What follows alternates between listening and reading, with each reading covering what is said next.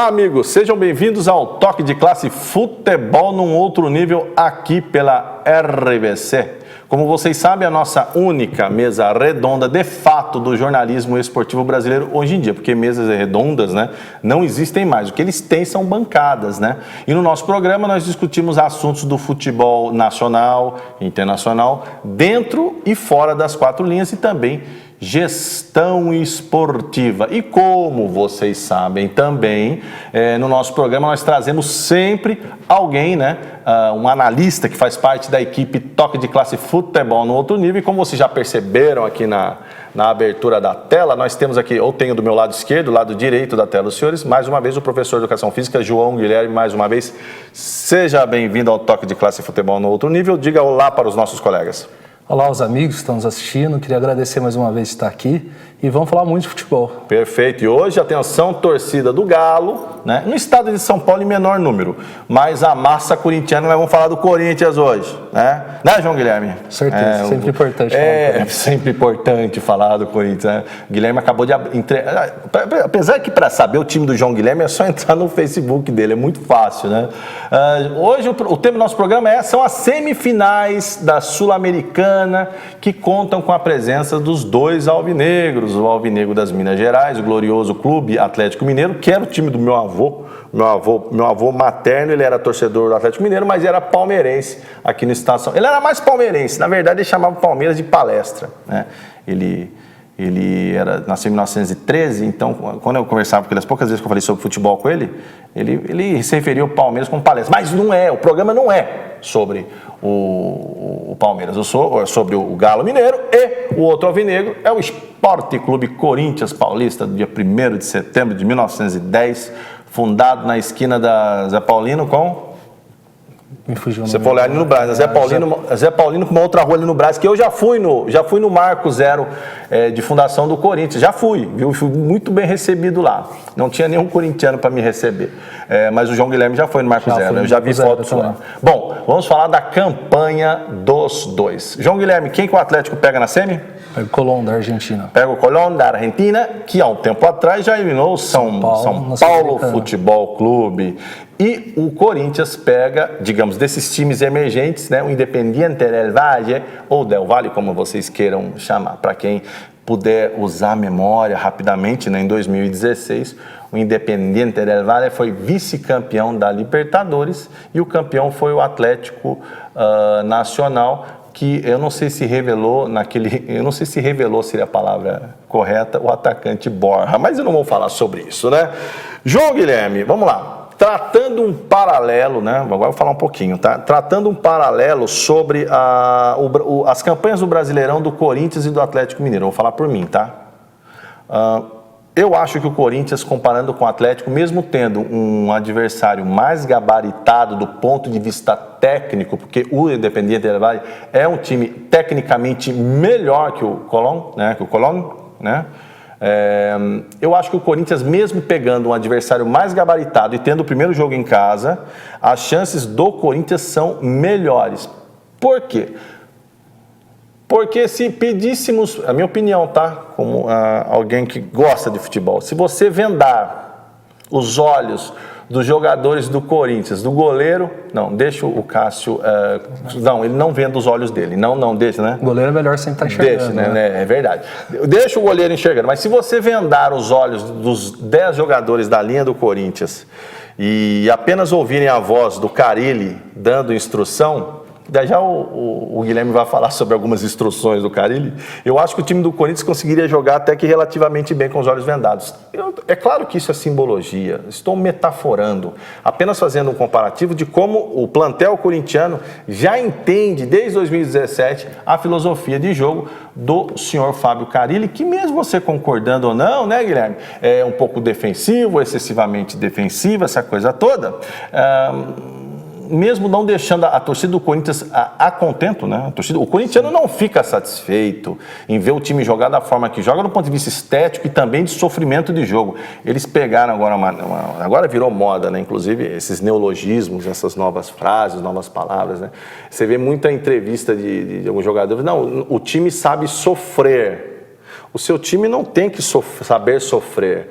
O seu time tem que provocar sofrimento no adversário. Virou agora uma moda entre os atletas e o treinador falar isso, né? O time sabe sofrer. Não, você tem que provocar o sofrimento. Sofrimento, obviamente, né, no sentido da prática desportiva, apertando o adversário, colocando ele na defesa. E não essa coisa de deixar sofrer. Então, vamos analisar primeiro o Corinthians em tese, né? Depois a gente vai fazendo um ping-pong. Eu vejo o Corinthians comparando com o Galo mais dentro da final da Sul-Americana do que o próprio Clube Atlético Mineiro. Como é que você analisa o momento corintiano? Quarto colocado no brasileiro aí, quarto, quinto, né? Até, pelo menos é a gravação do programa. O Corinthians, ele abre em casa e para quem tem uma superstição, o Corinthians na Copa Sul-Americana inteira, ele não decidiu nenhuma fase fora de casa, nenhuma fase em casa. Exato. Todas as fases, ele fez o primeiro jogo como mandante, fez o segundo como visitante. Por força de sorteio? Sinceramente, eu não sei como que eles falam, porque após a classificação do Corinthians já estava definido. Sim. Que o Corinthians decidia fora de casa mais uma vez. Então, desde a primeira fase, contra o Racing, o Corinthians já fez o primeiro jogo em casa, fez o segundo fora. Então, isso tem dado certo. Isso, para quem é supersticioso no futebol, porque o futebol a gente sabe que futebol e superstição andam de mãos dadas, e isso é um ponto positivo. Só que o Corinthians do Carille vai precisar fazer? O Carille, como você mesmo falou, ele tem a característica defensiva, ele joga, ele é muito de resultado. Por exemplo, no empate contra o Ceará, ele fez 2-0 no primeiro tempo, o Corinthians tinha total de fazer 4, 5 gols. O Carille, no começo do segundo tempo, já começou a tirar atacante por volante. O Carille vai ter que deixar esse lado defensivo dele de lado, um pouco, e pressionar o adversário. Eu não acredito que o Del Valle venha aberto para fazer gols, para resolver na arena. Então, o que o Carille vai precisar fazer? Eu acho que o Corinthians vai precisar fazer o resultado em casa, porque depois vai jogar no Olímpico de Quito a 3.000 metros de altitude, que é onde o Del Valle também tem sua força. Você vai jogar numa altitude. E o que é a preocupação? Eu acho que também é uma preocupação que o Corinthians deve ter. O Corinthians tem tomado muito gol em bola parada, muito gol em bola aérea. A bola aérea do Corinthians, que era um forte, principalmente desde a chegada do Gil, sim, nos últimos jogos ele tem caído muito. Então, e acreditava-se que esse acerto da bola parada ela iria acontecer naturalmente pela qualidade técnica do Gil, né? Inquestionável. Só que se você toma um gol no Brasileiro, você faz 2, você ganhou 2-1, você virou o jogo, são 3 pontos. Mas na Copa Sul-Americana, onde tem o gol fora de casa, gol qualificado valendo 2, você tem que tomar o cuidado nessa bola, você tem que tomar o gol. Acho que talvez até um pouco mais importante que fazer o gol é não tomar, tem que priorizar isso. Porém, o Corinthians vai precisar se soltar mais e atacar. Na parte defensiva, o que eu faria? O Gabriel entrou bem no lugar do Ralf, tem roubado a bola, se tornou o maior ladrão de bola do Corinthians, sim. Só que o Ralf ele ganha em estatura. Eu acho que isso ajudaria na parte defensiva do Corinthians. Acho que o Corinthians caiu muito, tomando muito gol em bola aérea, principalmente com a saída do Ralf, com a entrada do Gabriel. Não estou criticando o Gabriel. O Gabriel entrou bem, fez por merecer estar titular, tanto que o Ralf voltou a estar no banco. O Gabriel hoje é o maior ladrão de bolas em média do Corinthians, mas na questão de estatura, para esse jogo, eu entraria com o Ralf no lugar do Gabriel. Exatamente, é um belíssimo raio-x. Setor defensivo no meio de campo, como é que você entraria? Conversamos em off, só para a gente ter, para os nossos colegas poderem perceber, e há isso de você conversar em off e combinar o que vai... Combinar não, né? Você vai falar a respeito, olha, assim, a gente vai falar sobre isso. E o Guilherme disse uma coisa interessante sobre o posicionamento do Sornosa, né? Eu vou até tentar montar uma pergunta interessante. O Guilherme disse que o Sornosa está jogando na extremidade, né? Do lado direito? Lado esquerdo. Lado esquerdo do meio... Na verdade, reveza ele, o Cleison, o Pedrinho ali. Perfeito. Né? Só faz a versão de posições durante o jogo. Perfeito. Vamos tentar montar... Não, você vai montar, obviamente, né? Como seria o meio de campo ideal do Corinthians para esse primeiro jogo em casa, sabendo da obrigação de ter um resultado minimamente convincente? 1-0 basta? Acho pouco. Como seria o meio de campo do Guilherme para entrar contra o Independiente del Valle, já que os equatorianos, além da questão da altitude, é um time de qualidade, sim. É que nós brasileiros vivemos na nossa bolha, não é verdade? Aí chega em Copa do Mundo e Libertadores, tomamos um monte de sustos, né? Mas o Guilherme não vai falar disso agora, vai falar depois do intervalo sobre o seu meio de campo ideal do Corinthians para o primeiro, pelo menos para as semifinais, né? Da Sul-Americana, de poder jogar contra o Independiente del Valle. Isso após o nosso primeiro intervalo, já voltamos.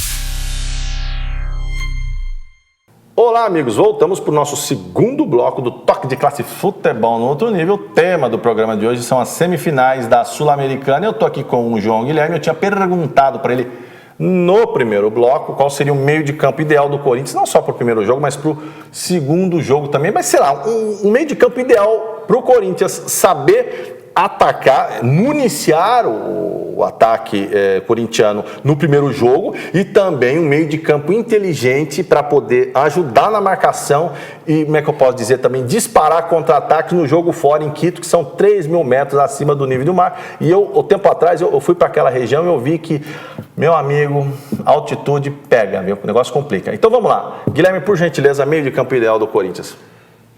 Como eu acredito que o Del Valle, sabendo da força, sabendo dos 3.000 metros, sabe que o time brasileiro tem dificuldade para jogar, eu não acredito que ele venha para cá para atacar. Eu acho que ele vai jogar no erro do Corinthians aqui. Então, no meu ponto de vista, se eu fosse o Carille esse jogo, eu já tiraria o Júnior Urso do time. Acho que não teria necessidade de jogar com 2 volantes. Nossa. Joga com o Sornosa, de meia, centralizado. Tem muito corintiano, ele questiona a intensidade do Sornosa, a qualidade do Sornosa. Meu ponto de vista, se ele colocar o Sornosa como camisa 10, o cara para armar a jogada, ele tem uma visão de jogo diferenciada, de 10, meia centralizada. Colocaria o Ralf de primeiro volante. Como o Carille já usa a estratégia dos pontas marcarem, eu acho que não tem a necessidade de você jogar com 2 volantes. Se você coloca um meia, o Sornosa de meio, para jogar junto com o Matheus Vital, que entrou bem no time, está de titular, ganhou a posição, vem fazendo bons jogos. Com o Pedrinho, que principalmente depois da convocação para a Seleção Olímpica cresceu demais no Corinthians, é o Pedrinho que a torcida realmente esperava. Estava demorando, né? Pegou no breu, né? Finalmente. Agora que ele emplacou, você pode usar mais da qualidade dele, usar mais da ousadia que ele está tendo. Chamar a responsabilidade. Sim, quando é muito menino, exatamente. Falar agora, meu amigo, né? Então, você colocando o Sornosa com o Vital no meio, o Pedrinho numa ponta, Cleison no outro e o centroavante. Hoje eu ainda acho que o Wagner Love está um passo à frente pelas características dele, de correr, de ajudar na marcação, de ser um cara decisivo, ser um cara de nome. Mas o Bocelli poderia ser esse cara, só que ele volta de lesão para esse jogo. Ele ficou fora dos 2 últimos jogos do Corinthians, então talvez não esteja no ritmo. E o Gustavo é o artilheiro do time, é o artilheiro do ano do Corinthians, mas como também ainda não engrenou depois da lesão que teve. Então eu iria de Wagner Love a primeiro momento nesse jogo. Então, jogando com o Sornosa e Matheus e tal no meio, 2 caras, tendo a responsabilidade de armar a jogada, eu acho que vai levar mais qualidade e vai chegar mais bola para o Wagner Love fazer o gol. Os 2 volantes seriam, então? Não, seria o Ralf, o único volante. Um volante, segurando, posicionando. Olha, interessante, tá. A linha do meio campo com o Matheus e tal e o Sornosa. Matheus e tal e Sornosa, cada um de um lado, tá. Isso. E nas pontas, o Pedrinho de um lado, o Cleison no outro. E fazendo uma coisa que eu queria que eles fizessem mais no Corinthians é inverter mais os lados. Eles invertem durante o jogo. Mas eu acho que eles tinham que inverter mais durante o jogo. Uma hora o Pedrinho está pela direita, uma hora o Cleison está pela esquerda, depois inverte o Pedrinho pela esquerda, o Cleison pela direita, porque isso confunde o adversário. Sim. Por exemplo, se o técnico do Del Valle botar, você, o lateral esquerdo do Del Valle, vai ficar só no Cleison. Se uma marcação homem-homem, meu amigo, e aí complicado. E aí o Carille inverte. Tanto é que, né, o futebol hoje faz tudo por zona, né? Não mais por... Você atrapalha a marcação do adversário, você confunde a cabeça do adversário. Eu acho que seria interessante o Corinthians fazer isso. Como eu falei, como eu acredito que o Del Valle vem aqui jogar por uma bola, jogar fechado, buscar um resultado, possivelmente um empate, o Corinthians não tem necessidade de jogar com um volante e o Corinthians precisa resolver no jogo de ida. Esse cenário é um cenário que você acredita, atenção, torcida corintiana e amantes de futebol, torcida também do Clube Atlético Mineiro, Galo Forte e Vingador. E essa escalação que você está dando, está acreditando ao sucesso, digamos, que seria o melhor time para essa circunstância. Mas estamos lá. João Guilherme, que é o João Guilherme Carille, digamos assim, montou o time desse jeito. Não está dando certo, 0-0, está precisando do resultado. 35 minutos do segundo tempo, você sabe que em termos de Corinthians, ultimamente isso é bem provável que aconteça. 0-0, 35, isso é um gol no final para a alegria da torcida corintiana. Mas esse time que você montou, tá 0-0, a coisa não tá fácil. O que você faria para mudar o time? Que todo torcedor é assim, né? Ele reclama com o técnico para mudar o time quando as coisas não estão acontecendo, né? O que você faria? Tá 0-0 com esse time montado, seu. O que você faria para mudar o jogo? Uma das opções que tem no elenco do Corinthians seria a entrada do Gustavo pela altura. É um cara que sabe fazer gol, como eu falei, ele ainda não está 100% da lesão. Talvez não estou falando fisicamente, tá? Talvez na confiança, talvez não tenha voltado a jogar o que ele estava jogando no primeiro semestre. Muito. Em lugar de quem? Pode ser até na entrada do Cleison, você jogando o Wagner Love aberto pela ponta. Talvez se você precisar do resultado, você pode ser mais ousado, tirar um zagueiro, puxa o Ralf para a zaga e vai para o tudo ou nada. Funciona. Porque... Essa de você tirar um zagueiro, colocar o Ralf, que tem essa qualidade como zagueiro também, e você ter um outro lugar dele com possibilidade de infiltrar, né? Ser um homem surpresa. Surpresa não, ele vai ficar claro e tácito que ele vai entrar dentro da área para incomodar a defesa. Funciona assim.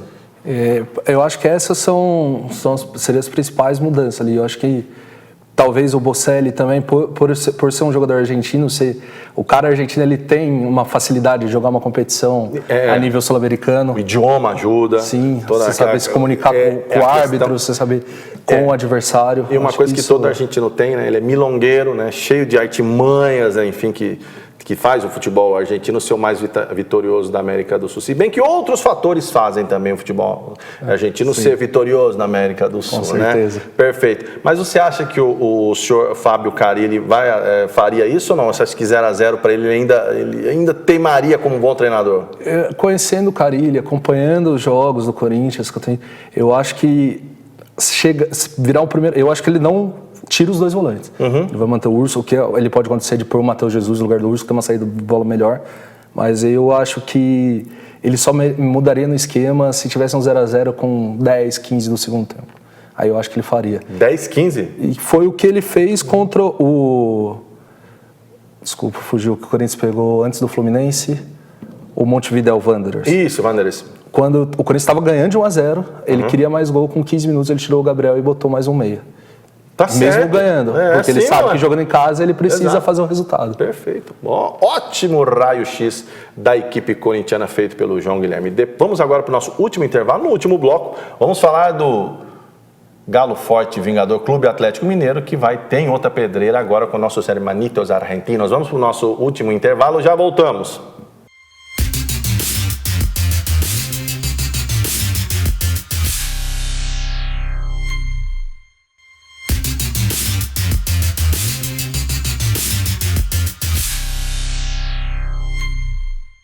Voltamos, amigos, para o nosso último bloco do Toque de Classe Futebol no Outro Nível, aqui pela RVC. Como vocês sabem, no nosso programa de hoje, nesse último bloco, estávamos nos dois antes falando do Corinthians, nas chances do Corinthians de ir à final da Sul-Americana, né? Ele vai pegar o Independiente Del Valle ou Del Valle, como vocês queiram. E agora, nesse bloco, vamos falar do Clube Atlético Mineiro, o Galo das Minas Gerais, que faz uma campanha para Campeonato Brasileiro tranquila, né, relativamente tranquila, está lutando uma vaga da Libertadores. Eu acho bem similar à campanha do Atlético Mineiro e do Corinthians, dividindo as suas atenções da Sul-Americana para o Campeonato Brasileiro. Está correto, tem que fazer isso mesmo. Mas eu acho que o que está motivando mais o Atlético Mineiro, além da participação nessa competição sul-americana, é a situação do seu arquirrival, o Cruzeiro. Acho que nunca eu tenho 43 anos, eu nunca vi o Cruzeiro numa situação tão ruim assim. Eu já vi a Moeda, mas o time de futebol eu nunca vi numa situação tão ruim assim, periclitante a ponto de estar paquerando a zona do rebaixamento. Rapidamente, antes de entrar na questão da escalação do Atlético Mineiro, provável, tendo por base a última que eles entraram contra o Liquidar, né, que foi a classificação do Atlético Mineiro, que acabou classificando a equipe mineira. Ô Guilherme, eu vejo assim, eu acho que há uma motivação natural do clube, dos jogadores e da torcida, por ser sul-americano, uma competição internacional, o Corinthians, a torcida, não tem o mesmo peso da Libertadores, mas é uma competição internacional, é válido, é taça, essa história tem um dinheiro, essa questão de ter um título, mais um título internacional. Mas você não acha que a situação do Cruzeiro está motivando mais ainda o Atlético Mineiro a ser campeão da Sul-Americana? Você não tem a dúvida disso, porque se olhar nos últimos anos, há um histórico de provocações entre atletas do Cruzeiro e atletas do Atlético Mineiro. Entre as diretorias também. Sim, entre torcedor, tudo. É uma rivalidade gigantesca. Então, se você tem o seu maior rival numa fase ruim, atravessando um momento difícil, E não acho que hoje o Cruzeiro correria risco de rebaixamento, mas é o 16º colocado do brasileiro, estaria brigando lá embaixo. Sim. E com o Atlético Mineiro com a possibilidade de chegar na final também para buscar um título inédito, que é a Sul-Americana, eu acho que isso faz uma motivação. Daí os jogadores do Atlético Mineiro têm o fator para provocar o torcedor, para provocar os jogadores do Cruzeiro, que é algo que eles têm feito muito nos últimos anos. Perfeito. Vamos passar para o pessoal, mas a gente poder dar uma situada sobre o Galo Mineiro, a escalação do Galo contra o Liquidar no jogo de classificação, porque eu acho que há uma correlação de times de campeonato brasileiro, que você coloca um elenco, e times que vão disputar mata-mata Sul-Americana, a Copa do Brasil. Como é que o Galo, o treinador chama Rodrigo Santana, que é dessa nova geração. Nós fizemos programas no ano passado, nossa primeira temporada do Toque de Classe, falando sobre treinadores da primeira geração. Tivemos um agora falando dos treinadores mais experientes, o caso do Luxemburgo, enfim, do Felipão. Mas vamos esperar um pouco para falar do Rodrigo Santana, que eu não quero queimar na largada, né? Depois a gente fala e acaba secando, e acontece algo errado, efeito Jair Ventura ou qualquer coisa que o valha, não é? Sim. Mas vamos lá, como é que o nosso querido Rodrigo Santana escalou o Galo contra o último jogo da Sul-Americana? O Atlético jogou com o Cleiton, o goleiro, Patrick, Igor Rabelo, Hever e o Fábio Santos. Perfeito. Jair, Vinícius, Elias e Casares, Xará e Ricardo Oliveira. Entraram durante o jogo o Otero, o Alejandro e o Luan. Primeira coisa, o Hever é muito experiente, né? Vamos começar assim, com um bom zagueiro, e tem lá 30 e já vai algumas coisas, né? Já tem uma identificação com a torcida do Atlético. Foi ele que levantou a taça da Libertadores para o Atlético Mineiro em 2013, e o Igor Rabelo é aquele do Botafogo. Bom jogador também. Bom zagueiro que passou aí. O Atlético Mineiro pescou, mas os times de São Paulo, que tem pelo menos um poderio econômico maior que, pelo menos, deduzo eu, tá? Que o Atlético Mineiro... eles não perceberam esse zagueiro, é um ótimo zagueiro. Então você tem ali o Patrick, que a torcida do Atlético Mineiro é meio amor e ódio, uma coisa interessante, ou critica ou o venera. Há um movimento muito bipolar da torcida. E o Fábio Santos, que é um jogador que dispensa apresentações, multicampeão, experiente, conhece o riscado, já está no Atlético Mineiro pelo menos umas 3 temporadas, né, identificado com o clube. Então você tem um miolo de setor defensivo bem, digamos, bem formatado. Aí o meio nós temos o Jair, no volante. Jair volante, que é da base. O Vinícius e o Elias também, que é outro muito experiente, foi campeão por onde passou. Vamos falar do meio. O que você achou do meio de campo do Galo aí? Nesse jogo aí tem o Casares também. Exato, vamos lá. Os dois meninos, Elias e Casares, o que você achou? O Elias e o Casares são jogadores que podem desequilibrar. O Elias também, nessa temporada nem tanto, mas nas últimas ele vinha atravessando altos e baixos no Atlético. Sim. Chegou até a ser cogitada a saída dele no final da temporada passada, cogitada a volta dele ao Corinthians, acabou ficando no Atlético e hoje vem, até foi o autor de um dos gols do Atlético, um dos gols da classificação, ele vem assumindo o papel de líder, já que é um dos jogadores mais experientes do elenco, como eu falei, foi campeão por onde passou, ele vem assumindo essa responsabilidade. E o Casares é um camisa 10, que quando ele está focado no jogo, quando ele o extra-campo dele não atrapalha, é um cara que consegue desequilibrar na partida. E ele já está há algum tempo no Atlético Mineiro, a torcida, a diretoria e principalmente a imprensa mineira tem pego no pé dele. Às vezes a gente pega no pé do atleta, em linhas gerais, porque você confia no cara, você sabe do potencial dele, é só criar um pouco de juízo, né? Obviamente. Você só cobra do jogador o que você sabe que ele pode render. Você não vai cobrar de um cara que ele não tem... Que ele vai te devolver, né? Obviamente. Você não vai cobrar de jogador que não tem nada a te devolver, obviamente. Então, meio de campo ali, você tem 2 meninos e aliando a experiência dos dois, e aí o ataque do Galo que merece, na minha opinião, aí develas uma análise. Você tem o Xará. O Xará, né? Que é rápido. O rápido tem 1,40 m. Jogador de ponta, rápido, habilidoso.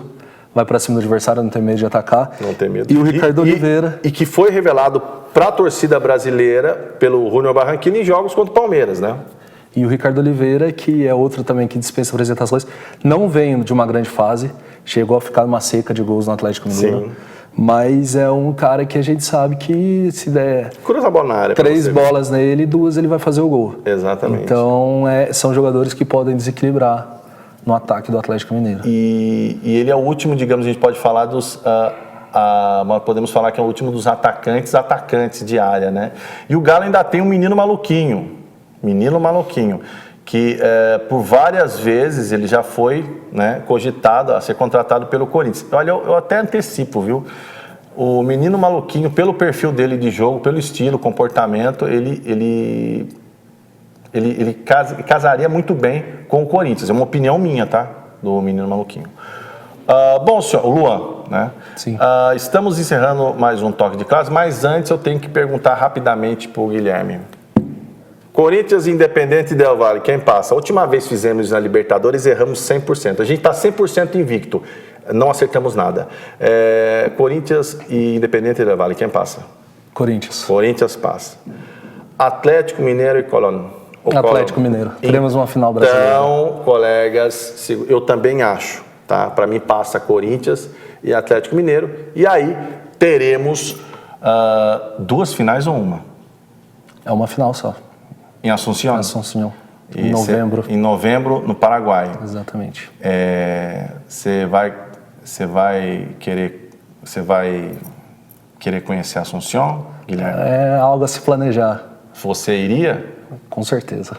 Com certeza. Mas eu prefiro esperar chegar à final para cravar isso. Tudo bem. Ok. Então, um jogo só. Os 2 jogos. Desculpa, um jogo só em Assunção. Agora, novo modelo europeu de finais de campeonatos sul-americanos.